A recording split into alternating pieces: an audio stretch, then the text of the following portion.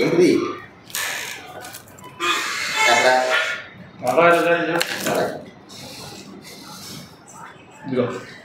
ఇటీవల పేర్ని వెంకటరామయ్య ఎలియాస్ నాని గారు మరి సంయమనం కోల్పోయి ఏం మాట్లాడుతున్నారో కూడా తెలియని పరిస్థితుల్లో మరి ఆయన భాష చూస్తూ ఉంటే చాలా అనాగరికంగా ఉంది.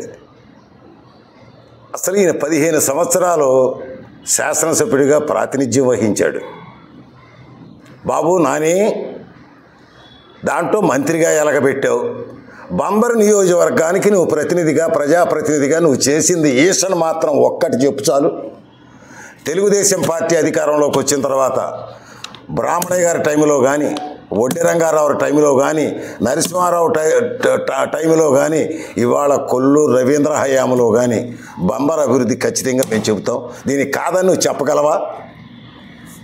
హాస్పిటల్ మరి ఎప్పుడో 250 సంవత్సరాల కింద కట్టినటువంటి ప్రభుత్వ ఆసుపత్రిని ఆధునీకరణ చేసి కార్పొరేట్ హాస్పిటల్గా మరి ఆ లెవెల్లో తీర్చిదిద్దింది అంబటి బ్రాహ్మణయ్య గారి టైంలో కాదా? తెలుగుదేశం టైంలో కాదా?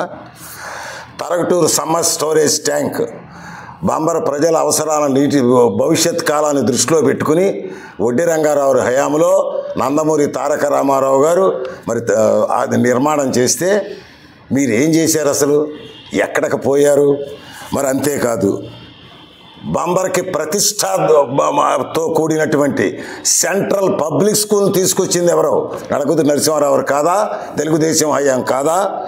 మరి అదేవిధంగా 1977లో వచ్చిన తుఫాన్కి స్తంభాలన్నీ కూలిపోయినాయి, వైర్లన్నీ తెగిపోయినాయి. నా తండ్రి టైంలో కానీ మీ నీటి కాలంలో కానీ ఎక్కడన్నా కరెంటు జోలికి వెళ్ళారా మీరు? నడకుదురు నరసింహారావు గారు ఎంటైర్ కాన్స్టిట్యున్సీ మొత్తం తుఫాన్ని తట్టుకునే విధంగా కరెంటు స్తంభాలు వేయించి నూతన వైర్లు వేయించారు. 7 కోట్ల రూపాయలు ఆ రోజున ఖర్చు. మీ వల్ల అయ్యిందా? ఒక్క గ్రామంలో దీపం వెలిగిందా మీ హయాంలో? మరి అంతేకాదు పల్లె గ్రామాలకి రహదారి సౌకర్యం, గరాల దెబ్బ, పోలాడి తిప్ప, మరి ఇంకా అనేక గ్రామాలకి రవీంద్ర గారి టైంలో చిన్నాపురం బ్రిడ్జి ఎప్పటి నుంచి చిరకాల కోరిక మా బందర్ నియోజకవర్గ ప్రజలది. బ్రహ్మానంద రెడ్డి టైంలో కట్టిన బ్రిడ్జి కొత్తది వేయించాడు. గుండుపాలెం దగ్గర కొత్తది వేయించాడు.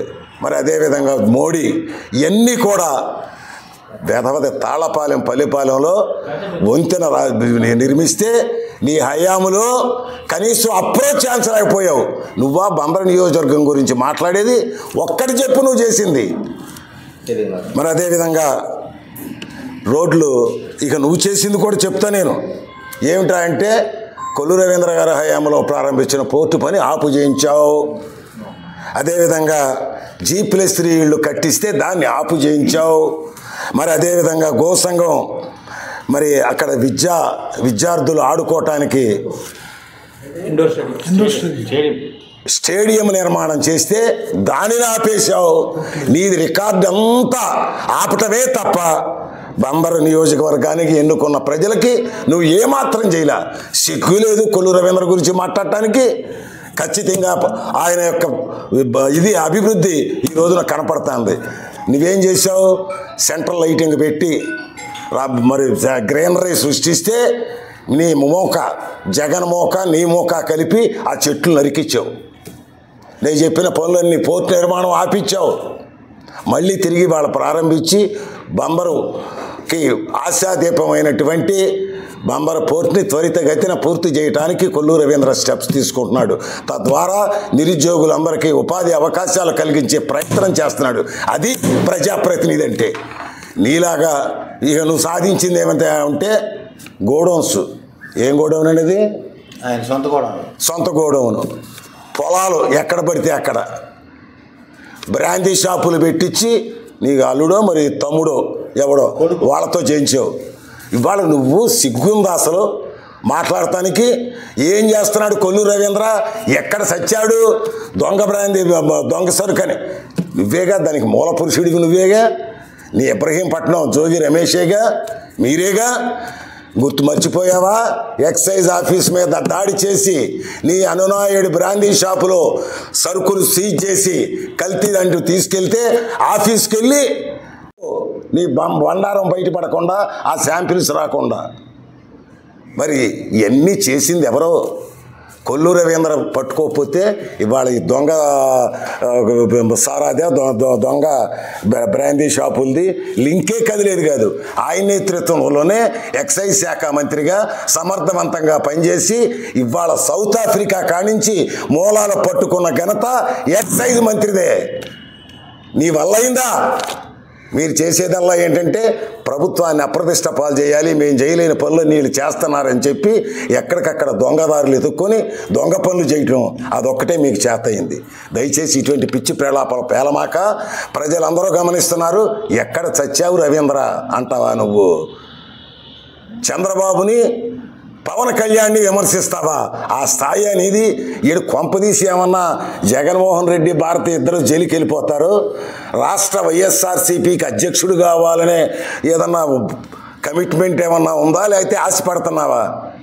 దానికోసమే తిప్పలేం కానీ దగ్గరికి కూడా రానివ్వరు నిన్ను. వాడుకోదేటం కానీ అధ్యక్షుడు నాకు ఇస్తారు, వాళ్ళిద్దరూ జైలుకి పోవటం ఖాయం అనే అభిప్రాయం నీకు ఉందేమో అని అనుకుంటున్నాం మేము. అందుకే పేట్రేగిపోతున్నావు ఇష్టం వచ్చినట్టు. దొరికింది ఇద్దరే, నువ్వు ఒకడవిను వాడు పిచ్చివాగుడు వాగేవాడు. రాష్ట్రంలో వైఎస్ఆర్సీపీ నాయకులు ఎవడో మాట్లాడతలా, ఇంక్లూడింగ్ బొత్స సత్యనారాయణ ఎవరో మాట్లాడతలా. నీకే ఎందుకు వచ్చింది ఇది? దయచేసి ఇటువంటి పిచ్చి పిచ్చి ప్రలాపనలు పడితే బందరు ప్రజలు తెలుగుదేశం కార్యకర్తలు కాదు, ప్రజలు గెట్లేసి కొడతారు. Beware. నాని కొల్లు రవీంద్ర గారిని అవాకులు చవాకులు మాట్లాడుతూ ఎక్కడ సత్యావరావు కొల్లు రవీంద్ర అనే మాటని ప్రజలందరూ కూడా తీవ్రంగా ఖండిస్తున్నారు. చాలామంది మచిలీపట్నం ప్రజలందరూ కూడా ఆయన పదవి పోయినా కూడా ఇటువంటి వ్యాఖ్యలు చేస్తాం దురదృష్టకరం అని చెప్పి ప్రజలందరూ కూడా చెప్తున్నారు. ఒకసారి నాన్నగారు మీరు మాట్లాడినవన్నీ కూడా మననం చేసుకోండి. ఎందుకంటే ఇది సభా సంఘంలో మీరు మాట్లాడే ప్రతి మాట కూడా ప్రజలు గమనిస్తారు. ఈరోజు మీరు ఓడిపోయారు, ప్రజలు మీకు 52,000 మైనస్లో మిమ్మల్ని పంపించారు ఇంటికి. మీరు ఎక్కడైనా సమస్యలు ఉంటే చెప్పండి, తప్పులేదు దాంట్లో, దాన్ని సరిదిద్దుకున్నాం. అంతేగాని మీరు ఎక్కడ సచ్చారో కొల్లు రవీంద్ర అంటారండి. ప్రజలు 52,000 ఓట్ల మెజార్టీతో ఆయన గెలిపించారు. గెలిపించినప్పుడు ఆయన చంద్రబాబు నాయుడు గారు ఆయన 2 శాఖలు ఇచ్చారు. రాష్ట్ర వ్యాప్తంగా తిరుగుతారు. మచిలీపట్నంలో ఒకటే కాదు, రాష్ట్ర వ్యాప్తంగా తిరుగుతూ మచిలీపట్నానికి కావాల్సిన నిధులు మన పురపాలక సంఘానికి కానీ ఇంకా ప్రతి గ్రామాలకు కానీ కావాల్సిన నిధులన్నీ కూడా సెంట్రల్ గవర్నమెంట్తో కానీ ఇక్కడ రాష్ట్ర గవర్నమెంట్తో కానీ మాట్లాడి పెద్ద ఎత్తున తీసుకొస్తానికి ఆయన ప్రణాళికలు సిద్ధం చేస్తున్నాడు కొల్లు రవీంద్ర గారు. ఆయనకు వచ్చి నోటుకు వచ్చిన మారతం చాలా బాధాకరంగా ఉంది. మీరు దాదాపు 2.5 సంవత్సరాలు 3 ఏళ్ళు మంత్రి చేశారు. మీరు మచిలీపట్నంలో ఏ రకమైన అభివృద్ధి చేశారో జనాలకు తెలియదా? మీరు అభివృద్ధి చేస్తే జనాలు ఎందుకు మిమ్మల్ని పక్కన పెడతారు చెప్పండి. మీరు వాళ్ళ కొల్లు రవీంద్ర అనే వ్యక్తి అందరి మన్నలను పొందాడు కాబట్టి 52,000తో మెజార్టీతో గెలిచాడు ఆయన. ఇప్పుడు కూడా అందరినీ కూడా చులకనగా మాట్లాడాలి. ఎప్పుడైనా మచిలీపట్నానికి మీరేదో రూపాయి చేసి 100 రూపాయలు చెప్పుకుంటారు. ఆయన 100 రూపాయలు చేసి రూపాయి కూడా చెప్పుకోలేడు మా కొల్లు రవీంద్ర గారు. వాళ్ళ మచిలీపట్నానికి పోర్టు దాంట్లో కానీ మీ అనేక కంపెనీలు తీసుకొచ్చి ఇక్కడ నిరుద్యోగ యువతకి ఉపాధి అవకాశాలు కల్పించాలని ఒక సంకల్పంతో ఆయన పనిచేస్తున్నాడు. వాళ్ళ బాలశౌరి గారు ఈయన ఢిల్లీ వెళ్ళి ప్రత్యేకంగా మనం డ్రైనేజీకి నిధులు తీసుకొని రావాలని చెప్పి ప్రయత్నాలు చేస్తున్నారు. వాళ్ళ అవన్నీ తెలుసుకోకుండా నువ్వు కావాలని అవాకులు చవాకులు మాట్లాడటం దురదృష్టకరం కాదు. వాళ్ళ మచిలీపట్నం పురపాలక సంఘంలో కార్పొరేషన్లో మేము చూస్తున్నాం. వాళ్ళ దాదాపు మీరు 73 కోట్ల రూపాయలు నిధులు వస్తే మీరు అవి వెనక్కి తీర్మానాలు చేయకుండా వెనక్కి పంపితే అవి కొల్లు రవీంద్ర గారు ఎంపీ బాలశౌరి గారు దాని మీద పేపర్ పెట్టి అర్జీలు ఇచ్చి దాని ఫండ్ని వెనక్కి తీసుకొచ్చి టెండర్లు పిలుస్తున్నారు. టెండర్ స్టేజ్లో అమౌంట్ 73 కోట్ల రూపాయలు వెళ్ళిపోయేది తీసుకొచ్చిన వ్యక్తులు కొల్లు రవీంద్ర గారు, బాలశౌరి గారు. అంతేకాకుండా వాళ్ళ మీరు పురపాలక సంఘంలో తెలుగుదేశం గవర్నమెంట్ వచ్చిన కాడి నుంచి కూడా మరి తీర్మానాలు చేయకుండా ప్రజలకి ఇబ్బంది పెట్టాలి, మంచినీళ్ళు ప్రజలకు అందకూడదు, లైట్లు అందకూడదు, మంచినీళ్ళకి రోడ్లు వేయకూడదనే ఒక కాన్సెప్ట్తో మీరు తీర్మానాలు చేయకుండా ప్రజలను మీరు ఇబ్బంది పెడుతున్నారు.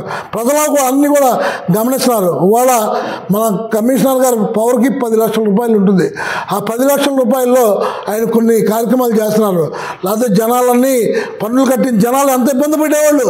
పాలకవర్గంలో మీరు ఉన్నప్పుడు సహకరించాలి. అధికార పక్షంలో తెలుగుదేశం ఉంది. మీరు సహకరిస్తే మచిలీపట్నం అభివృద్ధి చెందింది. కానీ ఎటువంటి తీర్మానాలు చేయకుండా మీరు దాదాపు ఇప్పటికి సంవత్సరం నుంచి ఏ తీర్మానం చేయలే.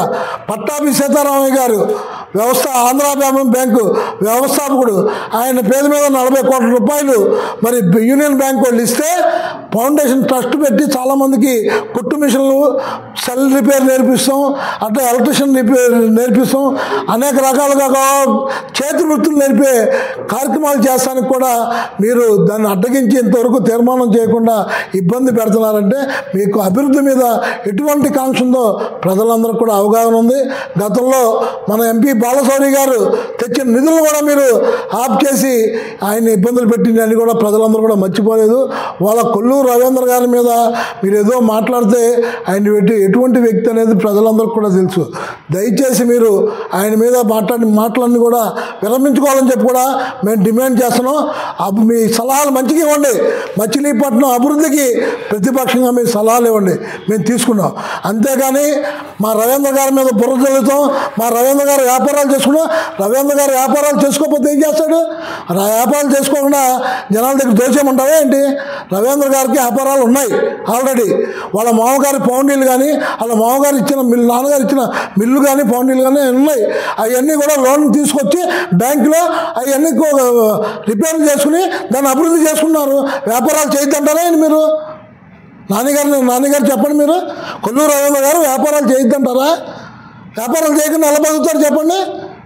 కాబట్టి మీరు మాట్లాడే ప్రతి మాట కూడా ఆలోచించుకోండి. ప్రజలకి ఇవన్నీ కూడా ప్రజా సంకేతంలోకి వెళ్తాయి. మీరు మాట్లాడిన కూడా గమనిస్తున్నారు. దయచేసి ఈయన మీరు రుజువులు చేయండి. పలానా కొల్లూరు రవీంద్ర ఈ దగ్గర డబ్బులు తీసుకున్నాడు పలానా చేసి రుజువులతో మాట్లాడండి. మీరు రుజువు లేకుండా ఏదో బురదలే మాటలు కొల్లూరు రవీంద్ర మీద మాట్లాడటం వల్ల మీకు ఏమి మార్కులు పడవు. ఇప్పటికే మీకు దిగజారిపోయింది మీ పార్టీ కానీ మీరు కానీ. రాబోయే రోజుల్లో మీరు జీరోనే. మీ పార్టీ మీరు జీరోనే. మీకు ఏదో తెలుగుదేశం పార్టీ ఇంకా ఓడిపోయి మీరు ఏదో వద్దాం అనుకుంటారు. రాబోయే రోజుల్లో పవన్ కళ్యాణ్ గారు కానీ బీజేపీ పార్టీ కానీ తెలుగుదేశం సమిష్టిగా పనిచేస్తాం. సమిష్టిగా పనిచేసి రాబోయే రోజుల్లో మంచి మెజార్టీలు సాధిస్తామని చెప్పి కూడా తెలియజేస్తున్నాం. అందరికీ నమస్కారం అండి. నిన్న ఎక్సైజ్ ఆఫీస్ ముందు ఈయన చేసే విన్యాసాలు చూస్తే నాకు నవ్వు వచ్చింది. ఈయన దొంగతనం చేసి ఆ దొంగతనాలని ఎలా కప్పిపుచ్చుకోవాలి అనే దాని మీదే ఆయన ప్రయత్నం చేస్తున్నాడు తప్ప ప్రజలు మర్చిపోరు. నువ్వు గజనీయేమో కానీ ప్రజలు గజనీలు కాదు. అరే ఒక పక్కన నువ్వు బియ్యం దొంగతనం చేసేసి దాన్ని కప్పిపుచ్చుకుంటాకి కింద పడి మీద పడి నానా హైరాణాలు పడి నువ్వు చేసే చిత్ర విన్యాసాలు చూసి ప్రజలు నవ్వుకుంటున్నారు. నువ్వు క్లియర్గా దొరికిపోయావు బియ్యం దొంగతనంలో. నువ్వు ఆ రోజు ప్రెస్ మీట్ పెట్టి నువ్వు ఎలాగ మాట్లాడుకున్నావో ఏంటో అవన్నీ అందరూ చూశారు. నీ మీద ఎవరో కేసులు పెట్టలా. నీ అంతటి నువ్వే నా గోడౌన్లో దొంగతనం జరిగింది నువ్వే సెల్ఫ్ డిక్లేర్ చేసావు. అక్కడ ఏ డిపార్ట్మెంటు కేసు పెట్టలా. నువ్వే దొంగతనం జరిగిన వెళ్ళి కట్టావు. దాన్ని తెలివిగా ఏం చెప్పుకుంటున్నావు? 10 సంవత్సరాలు నీ దగ్గర నమ్మకంగా పనిచేసినటువంటి ఒక దళిత సోదరుడి మీద నెట్టేసి తప్పుకున్నావు నువ్వు. ఇది నీకు దళితుల మీద ఉన్నటువంటి ప్రేమ నువ్వు చెప్పుకుంటూ ఉంటావు. అక్కడ అర్థమైంది కదా నువ్వు ఏ రకంగా నిన్ను నమ్ముకున్నటువంటి ఆ మానస తేజాన్ని నట్టేట ముంచేసావు. దాన్ని ఆ దొంగ బియ్యం దాని చరిత్ర అట్లా నడుస్తూనే ఉంది. అది నువ్వు దాని గురించి ఏంటేంటో చెప్పుకుంటూ వెళ్తావు. అది వదిలే. ఎన్నికల ముందు దొరికావు కదా దొంగ పట్టాలు నువ్వు ప్రింట్ చేసి ఏ రకంగా పంచావేంటో. ఆ పంచినటువంటి దొంగ పట్టాల విషయంలో అప్పుడు ఆఫీసర్ గారు అయినటువంటి సునీల్ బాబు గారు నాకు సంబంధం లేదండి ఈ సంతకాలు నాయ కాదని చెప్పేసి చెప్పావు. నువ్వేం చెప్పావు? నాకేం సంబంధం లేదు వాళ్ళు ఇస్తేనే నేను పంచారని అన్నావు.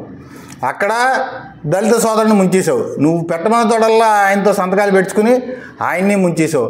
నీ యొక్క వ్యాపారాలకి నీ యొక్క ఎదుగుదలకి దళితుల్ని ఏ రకంగా వాడుకున్నావో మచిలీపట్నంలో ఉన్నటువంటి దళిత సోదరులు అందరూ కూడా చూశారు. ఇక దాంట్లో దొరికావు. హైకోర్టు కూడా పిల్ అడ్మిట్ చేసింది. మున్సిపాలిటీ వారు కౌంటర్ దాఖలు పరిచారు. ఇవ్వకూడని ప్రదేశాల్లో నిషేధం ఉన్నటువంటి ప్రదేశాల్లో ఈయన పట్టాలు ఇచ్చారు అని చెప్పేసి మున్సిపాలిటీ వాళ్ళు వారికి కౌంటర్లు దాఖలు పరిచారు. తేడతల్లమైంది కదా. నువ్వు ఏ రకంగా చేసావు? మచిలీపట్నం మున్సిపాలిటీలో RS 185లో అప్పటికి మున్సిపాలిటీ అధికారులు కోర్టుల్లో కేసుల్లో గెలిచి ఆ స్థలాన్ని స్వాధీనం చేసుకుంటే నువ్వు వాటికి తప్పుడు పద్ధతిలో అప్పుడు ఉన్నటువంటి కలెక్టర్ గారి ద్వారా పట్టాలు ఇచ్చావు. జిల్లా కలెక్టర్ గారికి ఒక ల్యాండ్ క్లాసిఫికేషన్ మార్చేటువంటి హక్కు లేకపోయినా కూడా ఈ వాటిని మార్చి ఇచ్చేసానని చెప్పేసి తప్పుడు విధానంలో ఇచ్చావు. నీ వల్ల ఇవాళ అందరూ అధికారులు కూడా ఇళ్ళకెళ్ళిపోయే పరిస్థితి తీసుకొచ్చావు. నువ్వు ఆల్రెడీ ఇంతియాజ్ గారు మీ పార్టీ తరఫున కర్నూలులో పోటీ చేయటాకే నువ్వు ఏ అక్రమాలు అయితే ఆయనతో చేయించుకున్నావో ఈ అక్రమాలే పెట్టుబడికి ఆయన అక్కడ కలెక్టర్కి వదులుకుని వెళ్ళి రాజకీయాల్లోకి వచ్చాడు. ఆయన ఇంటికి వెళ్ళిపోయాడు. నెక్స్ట్ సోదికి వెళ్తే పాత్రంకులన్నీ బయటపడినట్టుగా నువ్వేదో మా రవీంద్ర గారి మీదకి వచ్చేసి ఆ గుడి విషయంలో ఆయన అలా చేశాడు, అసలు దేవుడు అంటే భక్తులు నేనే అసలు దేవుడికి పేటెంట్ అని చెప్పావు. ఏ రోజన్నా గుళ్ళో 10 రూపాయలు కానికేసావు? అసలు ఎక్కడన్నా చూసారా ఎవరన్నా? బందర్లో అడుగు. బందర్లో ఏ గుడికి వెళ్ళి నువ్వు ఇచ్చేసావు? మన గురించి మనం చెప్పుకుంటాం కాదు. నువ్వు మంచిదే గొడుగుపేట గుడిని నేను చేశానండి, దాన్ని జీర్ణావస్థ నుంచి దాన్ని బయటికి తీసుకొచ్చాను చేసావు చెప్పుకుంటూ వచ్చావు. ఆ గుడికి ఏ రకంగా ఆదాయం తీసుకురావాలనే దాని మీద ఆయన రవీంద్ర గారు తీసుకొచ్చి ఆదాయ వనరులు వాటిని సమకూర్చి వాటికి ఎగ్జిబిషన్ సొసైటీకి ఇచ్చి ఈలోపే నీకు కడుపుబ్బరం వచ్చేసింది. ఇది సక్సెస్ అయిపోయి ఆ గుడికి ఆదాయం వచ్చేస్తే నేను చేయలేని పోయినా వాళ్ళు చేస్తారే అనేటువంటి ఇదితో కడుపు మంటతో నువ్వు అవాకులు చవాకులు మాట్లాడావు. అది బూమరాంగ్ అయింది.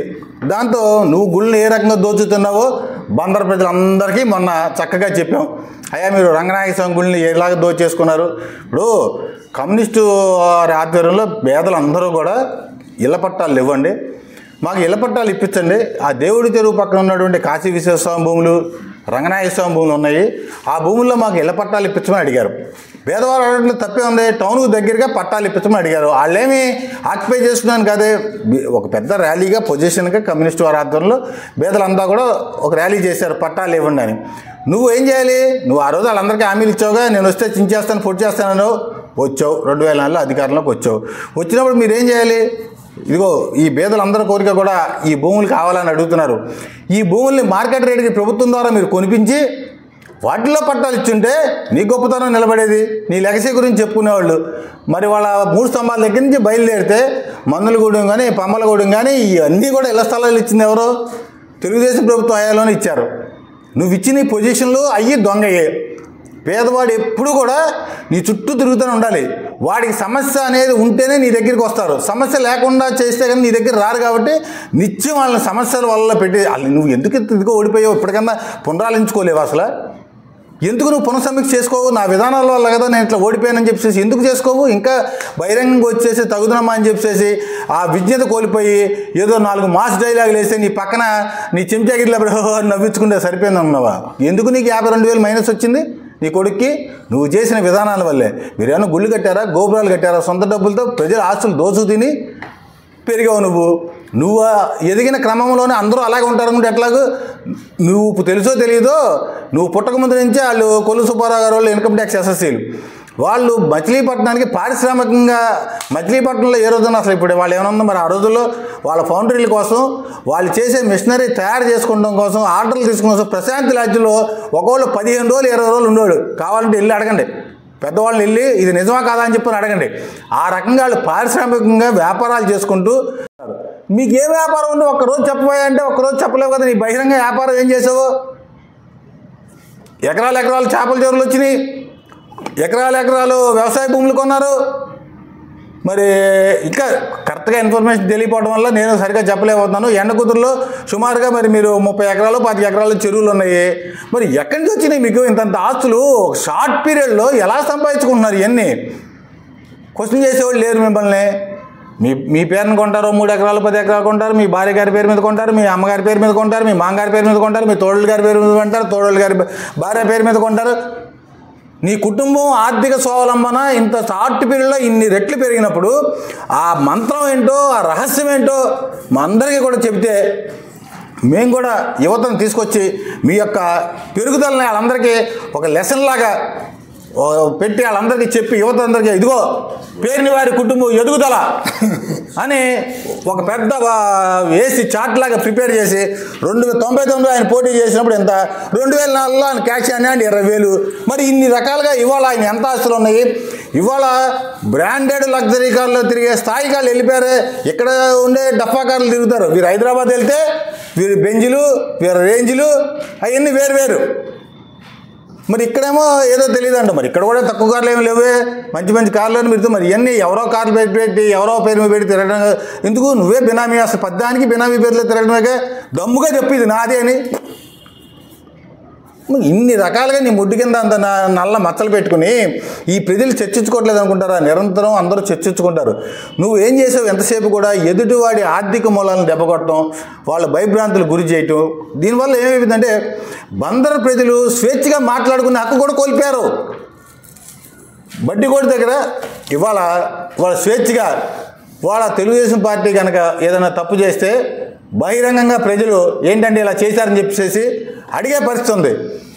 మంత్రి గారు కుదిరినప్పుడల్లా ప్రజలతో మమేకమై మాట్లాడుతుంటే ఏమండి ఈ సమస్య ఉంది, ఇలా అయితే బాగుంటుందని, ఇలా అయితే బాగోదని ధైర్యంగా ముందుకు వచ్చి చెబుతున్నారు. నీ అయ్యాంలో ఈరోజుని ఎవడని చెప్పాడని దగ్గరికి వచ్చి అలా ఛాన్స్ ఉందా? నిన్ను విమర్శిస్తే తట్టుకోగలవా? వేసేయండి, ఇటు ఎక్కడ ఉందో చూడండి, ఇటు ఆర్థిక మూలం ఎంత చూడండి, కొట్టేయండి, లాగేయండి, పీకేయండి, తాళం వేసేయండి. ఇంతేగా నువ్వు చేసినవన్నీ. ప్రజలు స్వేచ్ఛగా ఉంటే అందరూ కూడా నాకు నచ్చింది మీకు నచ్చకపోవచ్చు, విమర్శ ఎప్పుడూ ఉంటుంది. దాని విమర్శని మనం స్వీకరించి ఎలాగా మేలు చేయాలనే కాన్సెప్ట్లో ఉండేదని కొల్లు రవీంద్ర. నువ్వు విమర్శిస్తే చాలా నన్ను విమర్శించాను చూడ అని చెప్పేసి ఆయన ఆర్థికంగా తొక్కేసావు. దాంతో ఏమైపోయిందంటే ఒక రకమైన భయభ్రాంతులకు గురైపోయి ప్రజలు మాట్లాడుతూ మానేశారన్నమాట. మామూలుగా నువ్వు రాజుగారి దేవతా వస్త్రాల్లాగా అయిపోయింది ఈ పని. దాంతో నువ్వేమనుకున్నావు? ఇది నిజమే కావాల్సిన వీళ్ళు మొత్తం గొడ్లన్నీ ఓడదీస్తారు, నేను బేరు బాడీలతో నుంచోబెట్టారు. ఇంకా అయినా మీరు తగుదనమాట, నేను రాజకీయాలు సన్యాసం చేశానని నా కొడుకు ఇచ్చాను, పిల్లోని మాట్లాడి ఎదుగుతాడు. నువ్వెందుకు తగుదనమ్మా అంటే పెద్ద ముత్తైదులాగా బయలుదేరుతావు? నువ్వు సన్యాసం చేసేవాడు నీకెందుకే? రాజకీయాలు మానేసావు, కూర్చో ఇంటో రెస్ట్ తీసుకుంటా. నాకు ఆవుని దోడని పెంచుకుంటా, నేను మా చక్కగా ఎవడొద్దన్నాడు ఆవు దోడ పెంచుకుంటే ఎవడు కాదన్నావా? ఉన్నాయిగా ఎండకుదురులో చెరువులు, ఆ చెరువులో కూర్చొని చెరువు గట్టు మీద పాకేసుకు హ్యాపీగా ఎంజాయ్ చేయాలి లైఫ్ని, రిటైర్మెంట్ లైఫ్ని ఎంజాయ్ చేయి. ఇప్పుడు దాకా ప్రజల కోసం తప్పించిపోయి నిరంతరం బీపీలు షుగర్లు పెంచుకున్నావు కదా, హ్యాపీ ఎంజాయ్ చేయి, ఎవడొద్దన్నాడు? అరే అది మానేసేసి ఎంతసేపు కూడా ఏదైనా అభివృద్ధి కార్యక్రమం చేయాలా తక్కువ కోర్టులో కేసులు వేయటం. ఎన్ని చేయలేవు నువ్వు? నిరంతరం అభివృద్ధికి ఆటంకం పరుస్తూ నువ్వు ఎన్ని రకాలుగా ఇబ్బందులు పెట్టావు. అసలు వాళ్ళ పాలకవర్గం ఎవరి చేతిలో ఉందో? ఎవరు? మున్సిపాలిటీ. నీ కనుసంలో పాలకవర్గాన్ని పెట్టి వాళ్ళకి బడ్జెట్ పెట్టించావు. నువ్వు బడ్జెట్ పెట్టవు. కోర్టు వారు గౌరవ హైకోర్టు వారు పట్టాభిషేక మెమోరియల్ దాన్ని పరిగణలో తీసుకుంటే కౌన్సిల్ ఆమోదం పెట్టినాయంటే కౌన్సిల్లో పెట్టవు, కౌన్సిల్ సమావేశపరుస్తావు. మరి ఇంత పురాతనమైన చరిత్ర కలిగినటువంటి బందరు పురపాలక సంఘంలో గౌరవ కౌన్సిలర్లు పెద్ద వయసు వచ్చిన వాళ్ళు ఎవరో ఒకళ్ళు ఎప్పుడు చనిపోతూనే ఉంటారు. మరి చనిపోయినప్పుడు సంతాపం ప్రకటిస్తాం, ఆ తర్వాత రోజు మళ్ళీ తిరిగి కౌన్సిల్ మీటింగ్ జరిగిద్ది, మనం పారిపోవటమేగా. ఆ గౌరవవేదం జేబులు వేసుకుంటే జంపు. ఏంటిది దౌర్భాగ్యం అనమాట. బందరు ప్రజలు చేసిన దౌర్భాగ్యం ఏ రోజు వాళ్ళ కర్మగాలి ఈ 30 ఏళ్ళ నుంచి నానా ఇబ్బందులు పడుతున్నారు. పాలకవర్గాన్ని నువ్వు ఇప్పుడు కౌన్సిల్ ఎందుకు పెట్టలేదంటే నీ దగ్గర సమానం లేదు, ఆశీలు పాటలు పెట్టవు. ఇన్ని రకాలుగా నువ్వు చేసినటువంటి ఖర్చులన్నిటి మీద కనుక చర్యలు తీసుకుని ఈయన కూడా కనుక మేము ఆయన కాదు అసలు నేనే అంటున్నా, బాబు వదిలేవయ్యా బాబు అంటే పగ్గాలు పుచ్చుకుని లాగి ఆయన ఊరుకో తెలియపు మనకెందుకు, పైన దేవుడు ఉన్నాడు, ఎవరు చేసిన పాపాలు ఆళ్ళైపోతారు, ఎవరు చేసిన ఆళ్ళైపోతారని. మరి మమ్మల్ని ఏడిపించిన రోజు ఏమైంది అంటే నవ్వు వెళ్ళిపోతున్నాడు తప్ప ఆయన ఏ రోజు కూడా పట్టించుకోవట్లా. ఏంటి ఆయన వదిలే? ఇప్పుడు నువ్వేదో చెబుతున్నావే, ఆయన అక్కర్లా వదిలేస్తే నేనే దూకేస్తా వచ్చి, నేను రెడీ. నన్ను పెట్టిన తిప్పలకి, నన్ను పెట్టిన ఇబ్బందులకి, నన్ను పెట్టిన మానసిక ఇబ్బందులకి. ఇంకోటైతే ఎప్పుడో పారిపోయాడు ఊరు వదిలి. మాలో నిజాయితీ ఉంది కాబట్టి దమ్ముగా నిలబడి ఎదుర్కొని పోరాటాలు చేసి రవీంద్ర నాయకత్వం మేమంతా నిలబడ్డాం, పారిపోలా. మాకు చేద్దాం. కానీ సభ్యత సంస్కారాలు మీ వయసుకి కొంచెం సభ్యతగా మాట్లాడితే బాగుంటుంది. అరే ఆయన చూసి నువ్వు ఎందుకంత జలసి? నీకు నువ్వు ఏమి నిర్వాకాలు చేసావు మాకు తెలీదా? మంత్రిగా ఉండి నో హోటల్లో కూర్చొని ఏం మాట్లాడుకునే వాళ్ళు మాకు తెలీదా? మేము అనలేమా? అది మేము వచ్చి చూసామా ఏమన్నా? తెలుసు, అందరికీ తెలుసు. నో హోటల్లో సూట్ రూమ్ తీసుకుని ఎవరెవరు ఏం అదే అనవసరం. బందరు ప్రజలకు నువ్వేం చేసావు అనేదే మాకు కావాలి. కొల్లి రవీంద్ర గారు బందరు ప్రజలకు ఏం చేస్తున్నాడు అనేదే కావాలి. మిగిలిన ఎవరికి అక్కర్లా. అది మానేసేసి ఆయన మీద ఎంతసేపు కూడా వ్యక్తిగత దోషంలో ఏం చేసా? రంగనాయస్వామి గుడిలో HD లైన్స్ వేసుకున్నావు, జనాలు కన్ను కప్పావు, మార్చేసావు. దానికి సమాధానం చెప్పావు. ఒక్క ఆరోపణకి రావే, ముందుకు వచ్చి మాట్లాడవే. ఇన్ని ఆరోపణలు చేస్తే నేను రుజువులతో సహా, ఆరోపణ కాదు నేను చేసింది, రంగనాయక స్వామి భూముల్లో హై టెన్షన్ వైర్ని ఎటువంటి రుసుము చెల్లించకుండా మార్చింది యథార్థమా అవునా కాదా? అది కాదు అనుకుంటే నేను అరగుండు కొట్టించుకుని నీ ఇంటి ముందు బాబు నన్ను క్షమించు, నేను తప్పు మాట్లాడని చెప్పి అరగుండు అరమేసంతో నీ ఇంటి ముందు వచ్చి కూర్చుంటా. నేను మాట్లాడిన తప్పు అయితే, కాదైతే నువ్వు వచ్చే సమాధానం చెప్పు. లేదు నీ పక్కన ఉన్నటువంటి పిల్లి మిత్రకాలను ఎవరైనా పంపించి మాట్లాడచ్చు. ఇంతగా మాట అనాల్సి వచ్చిందంటే వాళ్ళందరికీ తెలుసు మా నాయకుడు తప్పు మాట్లాడుతున్నాడు, తప్పుడు పని చేయ, కానీ నువ్వు వాళ్ళతో చప్పట్లు కొట్టిపోతే ఊరుకోని చెప్పేసి వాళ్ళందరి జుట్టు నీ గుప్పిటి పెట్టేసి ఏం చేస్తారు. వాళ్ళకి నిజం తెలిసినా కూడా మాట్లాడలేని పరిస్థితుల్లో వాళ్ళందరూ అలో లక్షణం అంటే ఎడుతున్నారు.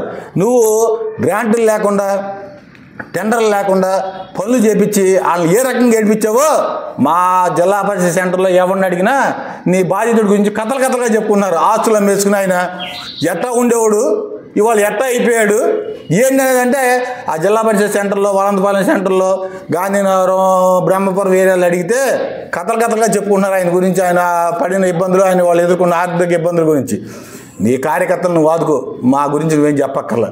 మమ్మల్ని కొల్లు రవీంద్ర వదిలేస్తే వెళ్తావా? నువ్వు ఇప్పుడు వెళ్ళి అడుగు, నేను చెప్పిన సెంటర్లో వెళ్ళి ఏంటయ్యా మా నాయకుల గురించి నిజమా కాదని చెప్పి నువ్వు ముసుగేసుకుని వెళ్ళి రాత్రిపూట ఎంక్వైరీ చేసుకో.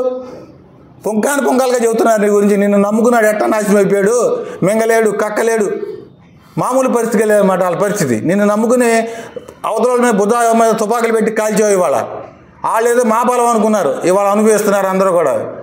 అందుకని రెండే నువ్వు నిర్మాణాత్మకంగా కొల్లు రవీంద్ర గారికి ఇలాగా చేస్తే బాగుంటుందని చెప్పు. ఈయన అధికారంలో ఉన్నాడు, మీ యొక్క విన్నపాలని లేకపోతే మీ యొక్క సలహాలను తీసుకుని నువ్వు అదే స్కూల్లో సీనియర్వి, ఆయన అదే స్కూల్లో జూనియర్వి, నువ్వు పెద్దవాడిగా ఏమో మీరు చేయలేని పనులు కొన్ని ఏమన్నా మిగిలి ఉంటే లేదా ఇలా చేస్తే బాగుంటుందని నా హయాంలో జరలేదు, నీ మాట వాళ్ళ ప్రభుత్వంలో ఎక్కువ సాగుతుంది నాకంటే కూడా అని చెప్పు.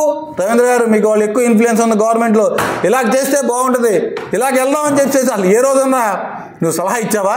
నీ పాలకవర్గం ఇవాళ ఒక్క రోజైనా సరే మంత్రి గారిని వచ్చి కలిశారా? దేనికి ఎన్నుకున్నారు పాలకవర్గం? ప్రజల సమస్యల కోసం పాలకవర్గం ఎన్నుకుంటే గౌరవ మంత్రి గారిని ఇవాళ వరకు నీ పాలకవర్గం వచ్చేసి, రాజకీయాలకి పాలకవర్గం సంబంధం ఏంటి? పాలకవర్గం వచ్చి మంత్రి గారికి ఒక్కరోజు కూడా వాళ్ళు ఇచ్చి కలవలేదే, ఒక్కరోజు కూడా ఆయన తీసుకొచ్చిన గ్రాంట్లకు కానీ దేనికైనా సహకరించట్లేదే మీరు? ఒక్క వర్క్ కౌన్సిల్లో పెట్టరే, ప్రతి దానికి ఆటంకమైన మీరు ఏంటి ఇంకా మీరు చేస్తుంది? బడ్జెట్ పెట్టవు, ఏదో ఊరిని కాకమ్మ కౌరులు చెప్పుకుంటా మక్కల్ని అద్దరిని పక్కన పెట్టుకుని నువ్వు మాట్లాడమని వాళ్ళు మాట్లాడి ఆవిడికి బీసీ మేయర్ గారికి ఇద్దరికి ఇచ్చాను. వాళ్ళకి ఏ రోజున్నా స్వేచ్ఛ ఇచ్చావా? వాళ్ళకి ఏ రోజున్నా స్వేచ్ఛగా వాళ్ళని పరిపాలిస్తే వాళ్ళ చేత కాదా పరిపాలించుకుంటూ బ్రహ్మాండంగా చేయగలుగుతారు వాళ్ళు. వాళ్ళ పగ్గాలు నీ చేతిలో పెట్టుకుని ఏది చేయాలన్నా కూడా నీ ఆజ్ఞ, నీ అనుమతి ఉంటే తప్ప వాళ్ళు పని చేయడానికి లేదు. బొమ్మరిల్లు నాన్నలాగా అన్నీ నీ గుప్పిట్లో పెట్టుకుని అందరినీ వెనకమాలు తిప్పుకుంటేనే ఆ ఫలితం అలా ఏడ్చింది. కనిపించింది కదా. ఎప్పటికైనా సరే మీరు విజ్ఞతతో వ్యవహరించండి, నిర్మాణాత్మకంగా సలహాలు ఇవ్వండి, విమర్శించండి. విమర్శ నిర్మాణాత్మకంగా ఉండాలి తప్ప వ్యక్తిగత వాటి మీద, బాడీ షేమింగ్ల మీద మేము చేయగలం. మాకు విజ్ఞత ఉంది, మేము అలా మాట్లాడే మనుషులం కాదు. మా నాయకుడు మాకు క్రమశిక్షణ పెట్టాడు. కాబట్టి సరిగా మీరు భాష ముఖ్యం, మాట ముఖ్యం. ఆ రెండు కనుక ఇంకొకసారి సరిగా మాట్లాడకపోతే ఖచ్చితంగా మీరు మాట్లాడడానికి 10 రెట్లు మేము మాట్లాడగలం. ఓకే.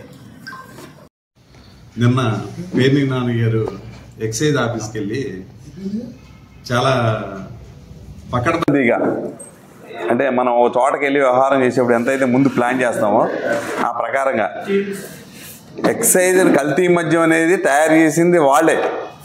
తయారు చేసి కూటమి ప్రభుత్వం మీద రుద్దాలి అనే దురుద్దేశంతో ఒక ప్లాన్ చేశారు.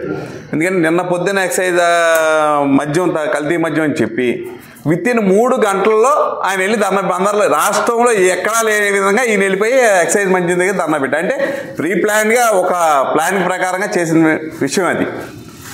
ఎక్సైజ్లో డిపార్ట్మెంటు కొల్లు రవీంద్ర మీద బుర్రజల్లాలి, కూటమి ప్రభుత్వం మీద బుర్రజల్లాలి ఒక దురుద్దేశంతో పేర్నాని గారు చక్కగా వ్యవహరించారు.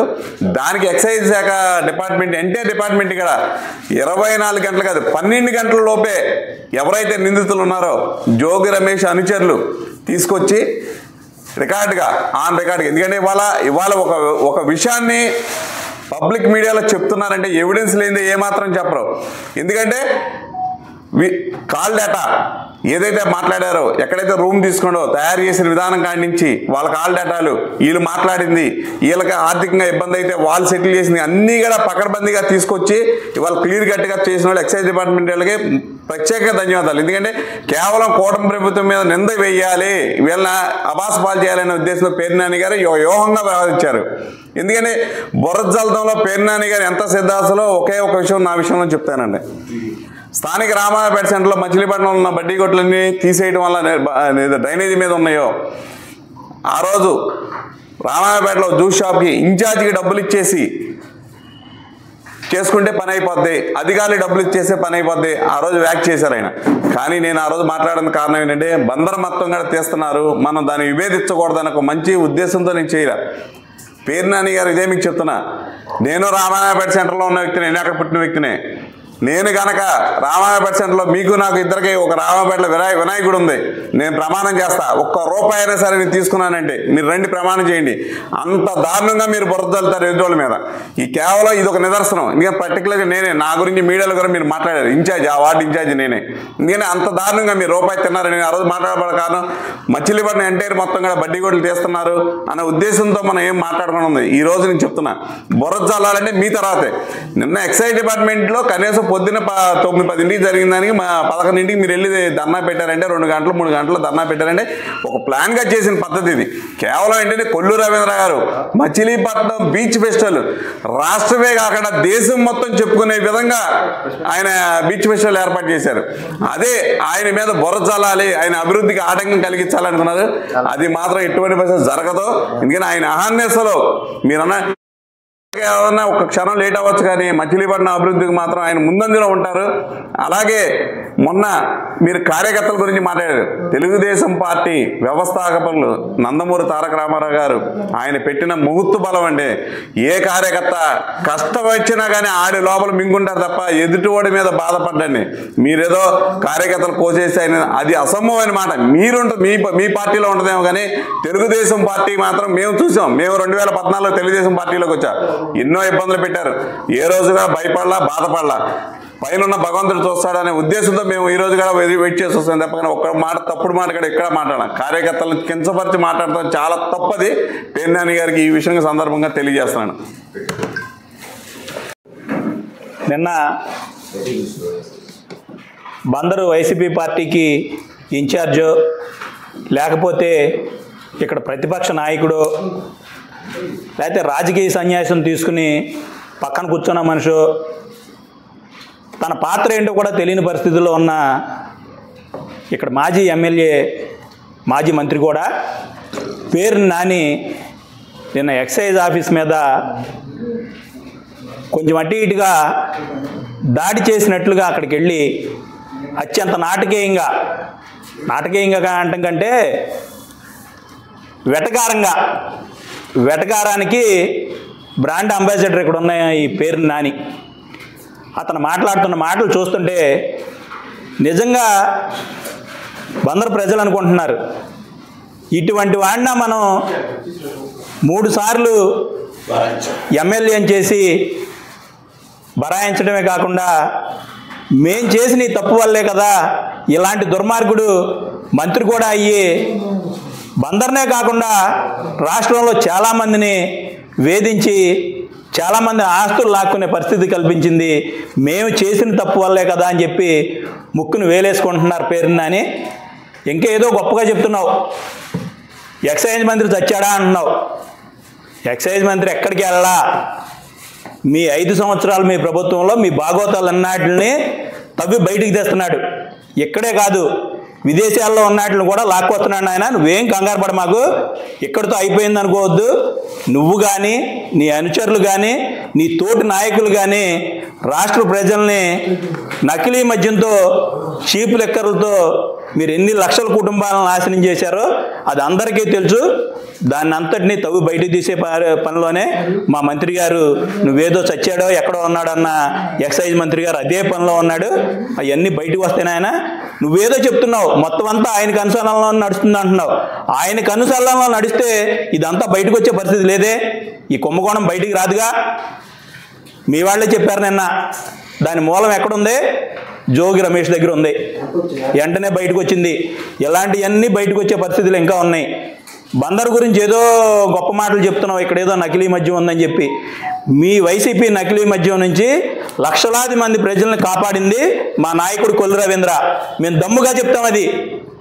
నువ్వు మాట్లాడుతున్నావు నీ నకిలీ మద్యం కుంభకోణాలు. నేను 4 రోజులు జైల్లో ఉన్నానన్నావు. ఏ స్వాతంత్ర పోరాటం చేసి జైలుకి వెళ్ళావునాయన నువ్వు? ఎక్సైజ్ పోలీస్ స్టేషన్ మీదకి వెళ్ళి మీ అనుచరులు బార్లో పట్టుకున్న నకిలీ మద్యం సీసాలు అవి ఎక్కడ ల్యాబులకి వెళ్ళి నమూనాలు బయటకు వస్తే పెద్ద పెద్ద కేసులు అవుతాయి అని చెప్పి దౌర్జన్యంగా అక్కడ సీసాలు పగలగొట్టావు. దాని మూలంగా నువ్వు 4 రోజులు జైల్లో కూర్చున్నావు. బందర్ ప్రజల కోసం నువ్వేం పోరాటాలు చేసి జైలుకి వెళ్ళా. అట్లా అని చెప్పి నువ్వు మా నాయకుడిని అధికారాన్ని అడ్డం పెట్టుకుని కనీసం తన మీదకి వచ్చిన వాళ్ళు కూడా ఒక్క మాట కూడా అన్న స్వాతి స్వభావి కొల్లు రవీంద్ర. ప్రతి ఒక్కరికి తెలుసది. అటువంటి మనిషిని నీ అధికారాన్ని అడ్డం పెట్టుకుని 53 రోజులు జైల్లో కూర్చోబెట్టావు. అది ప్రజలందరికీ గుర్తుంది. ఇంకా ఏంటో మాట్లాడుతున్నావు. మన సభ్య సమాజంలో ఉన్నామే, ఇంతమంది ప్రజల మధ్య రాజకీయ నాయకుడు లాగా ఉన్నాన్న కనీస స్పృహ కూడా లేకుండా ఒక రాష్ట్ర మంత్రిని 50,000 ప్రజల మెజారిటీ ఇచ్చి గెలిపించిన ఓ ప్రజా నాయకుడిని పట్టుకుని సొల్లు రవీంద్ర అంటున్నావు నువ్వు. కొల్లు రవీంద్రో ప్రజలకు తెలిసే నేను ఇంట్లో కూర్చోబెట్టి 50,000 మెజారిటీ 50,000 పైచిలకు మెజారిటీతో గెలిపించిన నాయకుడు మా కొల్లు రవీంద్ర. నువ్వు దాని గురించి ఏం చెప్పక్కర్లా. ఇంకో మాట ఏదో అంటున్నావు. నీ కార్యకర్తలను వదిలేసి చూడు, ఏం చేస్తారో తెలుస్తుంది, నిన్ను ఇంట్లో కూర్చొనేవారు అంటున్నావు. మా పార్టీ కార్యకర్తలు ఎవరైనా సరే మా రవీంద్ర గారితో ఏదైనా మాకు ఇబ్బంది వస్తే పోట్లాడి తేల్చుకుంటాం మేము. ఆ స్వాతంత్రం మా నాయకుడి దగ్గర, మా కార్యకర్తలకి నాయకులకి ప్రతి ఒక్కరికి ఉంది. బందర్ అందరికీ తెలుసది.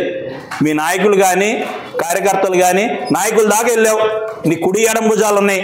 అయ్యేనా నీ ముందు నోరిప్పు గట్టిగా మాట్లాడే పరిస్థితి నీ పార్టీలో ఉందా? ఎవరినైనా ఏ రోజైనా మాట్లాడించగలవా నువ్వు? అంత దాకా ఎందుకు? మా పార్టీ సంగతి పక్కన పెట్టు. నీకు అధికారం ఇస్తే పోయిన 5 సంవత్సరాలు నువ్వేం చేసావు? బందర్కి కేవలం నీ కొడుకుని తీసుకొచ్చి ప్రజల మీద రుద్దటమే కాకుండా ప్రతి అధికారి నెత్తి మీద నీ కొడుకే.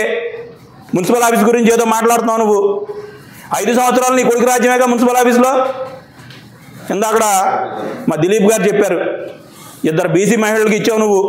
ఏ రోజునైనా వాళ్ళు పరిపాలన చేయనిచ్చావా? వాళ్ళ ఛాంబర్లో నిచ్చావు, నీ కొడుకేగా. మీ రాజ్యమేగా అక్కడ సాగింది. పేరుకు నువ్వు ఎమ్మెల్యేవి, నీ కొడుకు రాజ్యం.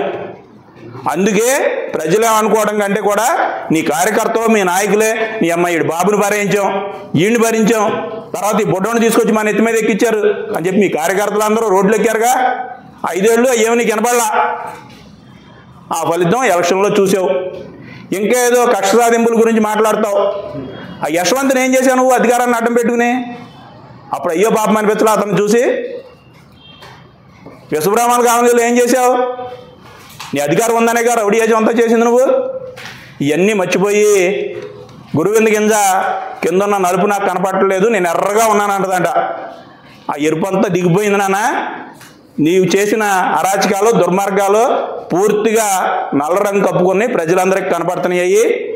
దాని మీద కూడా నీ ప్రతి అరాచకం కూడా బయటకు తీసే పనిలోనే మా కొల్లు రవీంద్ర గారు ఉన్నాడు. ఎక్కడికి పారిపోవటం, జనాల్ని మాయ చేయటం, మాయ మాటలు చెప్పటం నీకు అలవాటైన విద్య అయితే మా నాయకుడికి తెలిసింది ఒక్కటే, బందర్ అభివృద్ధి. చంద్రబాబు గారు ఆయన్ని నమ్మి కీలకమైన 2 శాఖలు ఆయనకు అప్పచెప్తే రాష్ట్రం అంతా తిరుగుతూ కూడా ఎక్కడున్నా బందర్ అభివృద్ధి కోసం ఏం చెయ్యాలో, ఏ ప్రణాళిక కావాలో దాని మీద మాత్రమే మా నాయకుడు వెళ్తున్నాడు. అవన్నీ చూసి తట్టుకోలేక ఇంకో మాట కూడా చెప్తున్నావు. నిన్న ఇంత పెద్ద ఎత్తున ప్రజలు గెలిపిస్తే పిఏలిద్దరి గురించి మాట్లాడతావు. ఇంకో మాట కూడా మాట్లాడుతున్నావు. సమాధుల పక్కన పెద్ద ఆయన అంటున్నావు, సమాధుల పక్కన బాబాయ్ అంటున్నావు.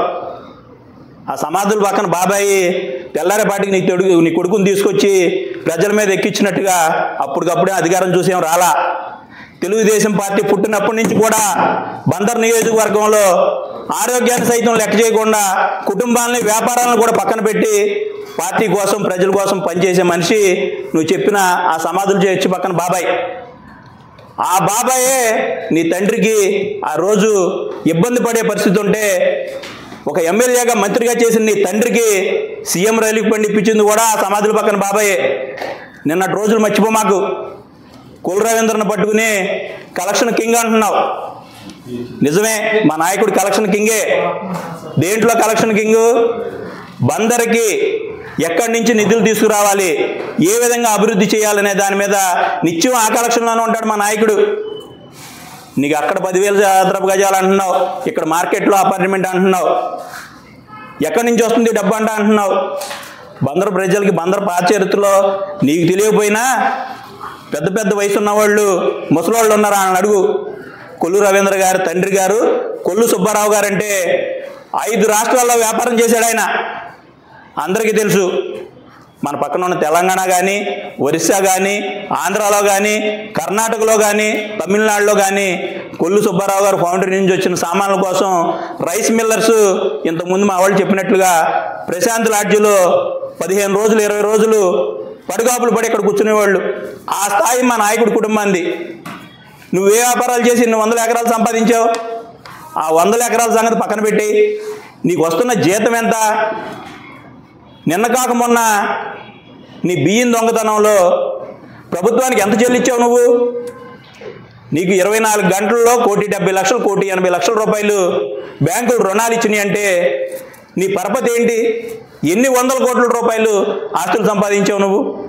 ఇంతకుముందు మా వాళ్ళు చెప్పినట్లుగా ఆ సీక్రెట్ ఏదో నువ్వు చెప్తే మా బందరు ప్రజలు ముఖ్యంగా యువత తెలుసుకుని పేరు నాని గారి కుటుంబాన్ని ఆదర్శంగా తీసుకుని ఇక్కడ ఉన్న వాళ్ళందరూ కూడా నీలాగా 100,000 కోట్లు కాకపోయినా కుటుంబాలని పోషించుకుంటూ కనీసం లక్షాధికారులైనా అవుతారని చెప్పి నేను ఆదర్శంగా తీసుకుని ఈ సందర్భంగా నిన్ను అడుగుతున్నాం. అది ఒక్కటే కాదు, అభివృద్ధి గురించి నువ్వు మాట్లాడుతున్నావు, కక్ష సాధింపుల గురించి మాట్లాడుతున్నావు. నీ కక్ష సాధింపుల గురించి మొదలు పెడితే కృష్ణా యూనివర్సిటీనే తీసుకుందాం. 103 ఎకరాలు. ఆ 103 ఎకరాల రైతులకి ఏ రైతుకైనా నువ్వు న్యాయం చేసావని చెప్పి సందర్భంగా మేము అడుగుతున్నాం. కేవలం కక్ష సాధింపు, నీ కుటుంబాన్ని బాగు చేసుకోవటం. నీకు అధికారం ఇచ్చిన 3 సార్లు కూడా నీ చరిత్ర ఇదే. నీకు ఎవడైనా ఎదురు తిరిగితే ఆయన మానసికంగా ఇబ్బంది పెడతాం. ఇదిగో ఈ పక్కన ఉన్న దిలీప్ గారే, నువ్వెన్ని రకాలుగా ఆయన్ని హింస పెట్టావో ప్రతి ఒక్కరికి తెలుసు. నేను ఎకరన్నర పొలం 5 సంవత్సరాల పాటు నువ్వు రెవెన్యూలో బ్లాక్ లిస్టులో పెట్టి రకరకాలుగా చిత్రహింసలు పెట్టావు. అక్కడ ఉన్న మీ లోకల్ నాయకుల్ని ప్రతిరోజు మా మీదకి ఊసుగొల్పడమే. అంతెందుకు, ఆ రోజున మంగళగిరి దగ్గర మీ చోటా నాయకులు చేసిన దానికి నువ్వేమైనా చేయగలిగావా? రెవెన్యూ డిపార్ట్మెంట్ వాళ్ళని ఆర్ఐని కూడా అక్కడ పట్టుకుని కొట్టిన పరిస్థితి ఉంటే అప్పుడు నీ నీతి నిజాయితీ ఏమైపోయినాయి? ఆ మంగళగిరిలో మట్టేగా నువ్వు ఇక్కడ హైవే పక్కన ఉన్న 3 ఎకరాల్లో పూడ్చుకుని ఆ 7 కొండలు కమ్మింది అది కదా? దానికి ఏమైనా బిల్లులు ఉంటే చూపించు. ఎదరోళ్ళ గురించి మాట్లాడేటప్పుడు నీ నైతికత ఏంటో నువ్వు తెలుసుకుని మాట్లాడని కూడా ఈ సందర్భంగా తెలియజేస్తున్నావు. ఇంకో మాట కూడా అంటున్నావు, మా కొల్లు రవీంద్ర గారిని నీకు నీ చెంచాలకు ఒకటి అలవాటు అయిపోయింది, సంబరాల రాంబాబు అంటున్నావు. నిజమే, మా నాయకుడు సంబరాల రాంబాబే. బందరు ప్రజలు ప్రతినిత్యం సంబరం లాగా ఉండాలి, ప్రతిరోజు పండుగలాగా ఉండాలని జీవితం అని చెప్పి ఎన్నో కార్యక్రమాలు చేస్తున్నారు. ఉదాహరణకి బీచ్ ఫెస్టివల్ తీసుకుంటే ఆ బీచ్ ఫెస్టివల్ చేయటం వల్ల దేశం అంతా కూడా బందర్ వైపు తిరిగి చూసింది. తద్వారా ఇక్కడ పర్యాటకంగా టూరిజం అభివృద్ధి చెందడం కోసం ఎన్నో రకాల అవకాశాలు ఈవేళ బందర్ బీచ్కి, మంగినపూడి బీచ్కి వస్తున్నాయి.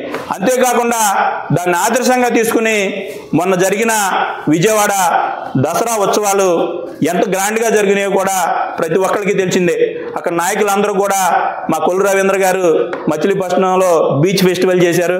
అంతకు మించి ఇక్కడ మనం ప్రజలను ఆకర్షించాలి, అమ్మవారి ఉత్సవాలు జరిపించాలని చెప్పి చేయటం జరిగింది ఆ కార్యక్రమాలు. కార్యక్రమం చేస్తే దాంట్లో కూడా బందరు యువతలో నైపుణ్యం ఎంత ఉందనేది కూడా బయటికి రావడం జరిగింది.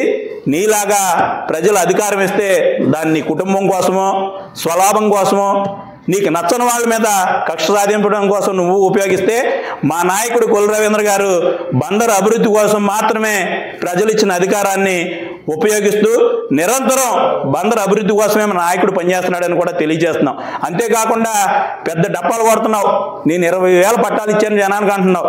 ఆ 20,000 పట్టాలు ఇవ్వడమే కాకుండా ఆ పట్టాలు ఇచ్చిన భూములు మీ నాయకులు రైతుల దగ్గర నుంచి ఎంత కొన్నారు, మీరు దాంట్లో ఎంత కమిషన్లు తీసుకుని ప్రభుత్వం దగ్గర నుంచి ఎంత బిల్లులు పెట్టుకున్నారు అనేది కూడా దాని మీద కూడా ఎంక్వైరీలు జరుగుతున్నాయి.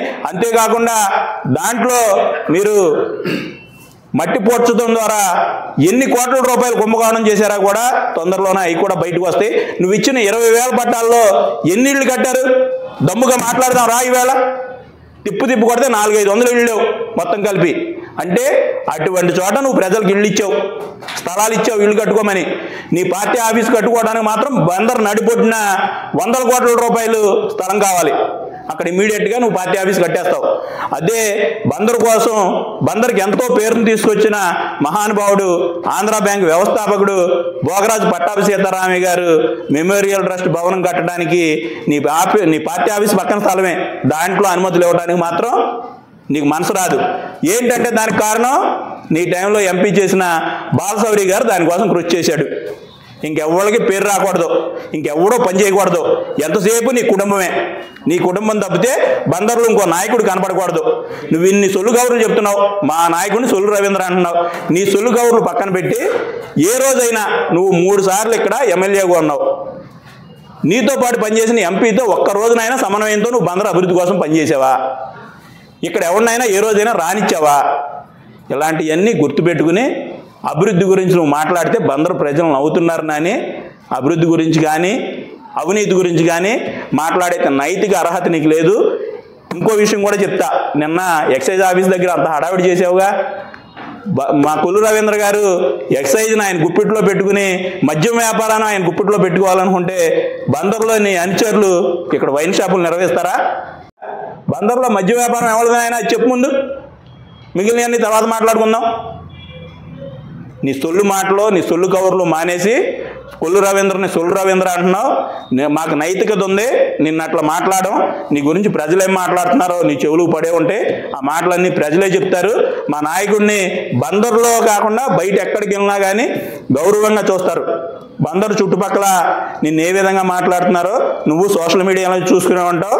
ఇంకా ముందు చాలా ఉంటే నీ అవినీతి భాగోతం రోజుకో రకంగా బయటపడద్దని చెప్పి కూడా ఈ సంబంధంగా తెలియజేస్తూ కొల్లు రవీంద్ర గారు మళ్ళీ చెప్తున్నాం, ఆయన గురించి మాట్లాడే నైతిక అర్హత నీకు లేదు. 100% ప్రజలు ఇచ్చిన అధికారాన్ని బందరు అభివృద్ధి కోసం మాత్రమే మా నాయకుడు ఉపయోగిస్తున్నాడు. ఆర్నిసలు బందరు అభివృద్ధి కోసం మాత్రమే పాటుపడతాడని తెలియజేస్తూ మరొక్కసారి చెప్తున్నాం, బందరుకు అభివృద్ధి ఎప్పుడు జరిగినా తెలుగుదేశం పార్టీ హయాంలోనే జరిగిందని చెప్పి కూడా ఈ సందర్భంగా తెలియజేస్తూ నువ్వు అవాకులు చవాకులు పేలే ముందు నీకున్న నైతిక అర్హత ఏంటనేది కూడా తెలుసుకుని మాట్లాడాలని ఈ సందర్భంగా తెలియజేస్తున్నాం.